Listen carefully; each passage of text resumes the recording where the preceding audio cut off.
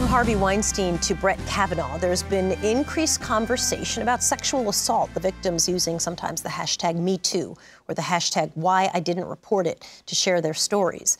And among the victims who are now finding their voices are Latinas. According to the Southern Poverty Law Center, 77% of Latinas say sexual harassment is a major problem in their workplace. Most victims don't report the abuse. Sometimes the fear of deportation, which has ramped up under the Trump administration, is a reason.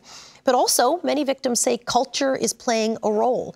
Rosie Hidalgo is a lawyer and also Senior Director of Public Policy for Casa de Esperanza, which is part of the National Latino Network. It's so nice to have you with us. Thank you so much, Soledad. 77% is an insane number. That's right. And what we're seeing is that, specifically in the low-wage worker industry, right, because the media's paid a lot of attention to Harvey Weinstein, to CEOs of different, companies. But in the low-wage worker industry, there's also a disproportionate impact that we're seeing on Latinas in those sectors. And what we're talking about here are women working who are farm worker women, or the janitorial industry, those who are cleaning office buildings, cleaning hotels. Certainly domestic workers. The Domestic Workers Alliance has really called tremendous attention to those challenges. Home health care aides, the restaurant industry. And is that just because Latinas often over-index in those specific industries? And I guess the vulnerability is high because you're often working alone with no other people around there to help you or be a resource. Exactly. So what we're seeing is an overrepresentation in those industries. And at the same time, we're seeing increased vulnerability to sexual exploitation because of the nature of the work in those areas, as well as increased barriers for this community to access safety and justice.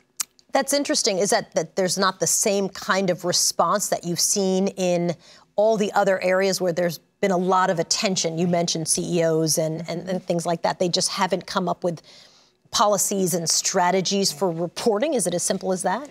Imagine if you're living paycheck to paycheck and your fear of retaliation or losing your job is making you think, do I protect myself or do I risk, being homeless, not having food on the table for my children? And like you say, people at times prey on those that they think maybe because of their immigration status or language barriers. How much of that is immigration and using that as sort of a power position in forcing someone not to talk about their assault? And you bring up a great word, power, because in the end, sexual harassment, sexual assault in the workplace, it's not about sex, it's about power. It's about abusing power.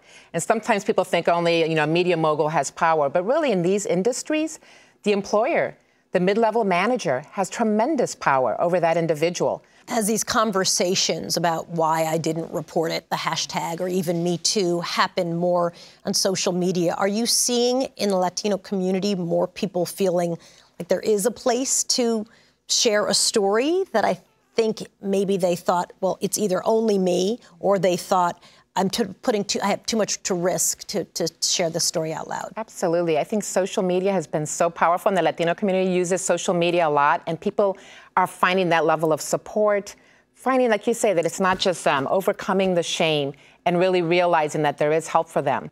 And in fact, at Casa de Esperanza, we did a survey, and we're able to launch something called the No Mas campaign, which is really putting out there prevention resources. And in the survey we did, the Latino community, a lot of people said they really do want to have these conversations with their children.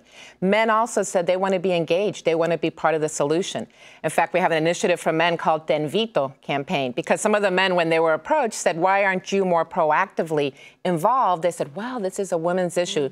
No nos invitan. They don't invite us to these tables. And we said, well, te invito. And so we did some PSAs. You're invited. You're invited, where men are saying to other men, I invite you to be part of the solution. I invite you to hold other men accountable. Because really, it's about changing social norms. And having conversations really at the end of the day. Rosie Hidalgo, who's with the Casa de Esperanza, thank you for talking with us about this issue. Thank you so much. We appreciate it. Appreciate it.